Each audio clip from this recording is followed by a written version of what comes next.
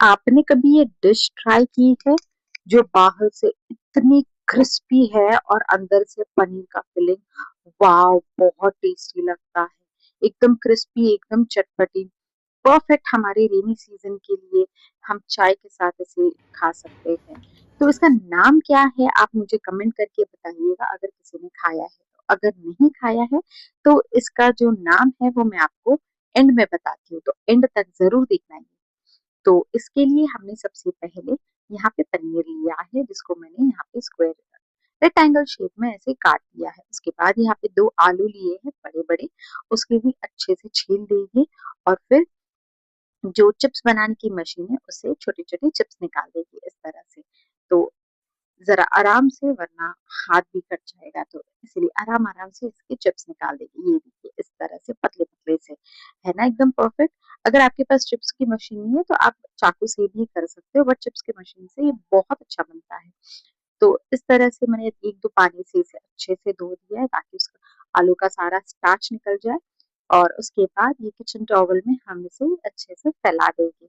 फैलाने का रीजन ये है कि इसका जो भी पानी है, एक्सेस पानी, उसको निकाल देंगे। तो इसे अच्छे से हम कवर कर देंगे और टैप टैप करके जो भी एक्सेस पानी है वो निकाल देंगे। अभी हम एक आलू लेंगे, जो हमने पनीर लिया है वो लेंगे और एक टूथपिक की हेल्प से इन दोनों के बीच में ऐसे पिन कर देंगे। तो आपको जैसे स्क्रीन में दिख रहा है। तो सेकेंड, इसको भी सेम वे उसी टूथपिक में हम डाल देंगे इस तरह से। ये देखिए, है ना मस्त शेप आया है और क्या मस्त दिख रहा है एकदम शेप इसका। तो इस तरह से सारे मैंने कर दिए हैं।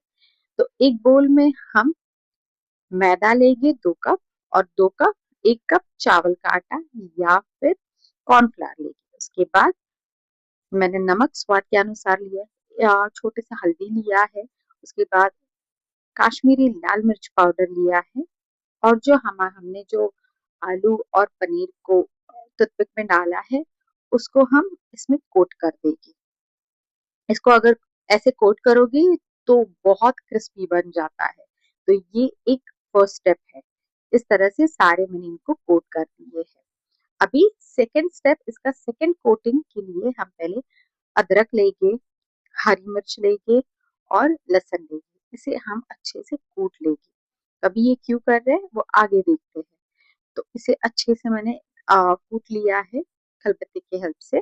और जो हमने पाउडर बनाया था उसके अंदर इसे डाल देगी। जरूर डालना, बहुत अच्छा टेस्ट लगता है।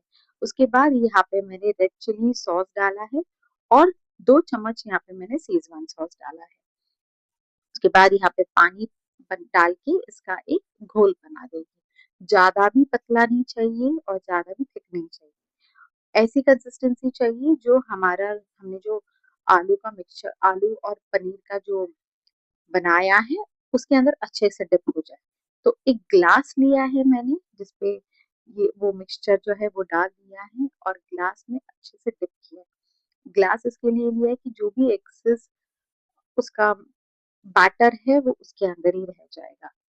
और एक एक करके यहाँ पे मैंने गरम तेल में से पलटते पलटते गोल्डन ब्राउन होने तक फ्राई कर दिया है। ये देखिए इस तरह से कितना सही दिख रहा है। वाओ, बहुत ही टेस्टी है। तो इसे अच्छे से अलटते पलटते गोल्डन ब्राउन होने से मैंने अच्छे से इसे फ्राई कर दिया है। ये देखिए, और अभी इसकी हम प्लेटिंग करते हैं। तो उसके ऊपर मैंने यहाँ पे पेरी पेरी मसाला डाला है। आप चाहिए तो अम, चाट मसाला भी डाल सकते हो। ठीक है। और इसके बाद ये देखिए, वाओ कैसा क्रंच है। अभी आपको उसका क्रंच सुनाती हूँ मैं, है ना एकदम मस्त। तो इसका नाम है हैदराबादी बांग्ला पनीर। अभी उसका नाम बांग्ला पनीर क्यों है वो मुझे नहीं पता। अगर किसी को पता है तो प्लीज कमेंट करके बताइएगा। और ऐसे ही मेरे वीडियोस के लिए मेरे चैनल को लाइक कीजिएगा और सब्सक्राइब कीजिएगा। Thank you for watching.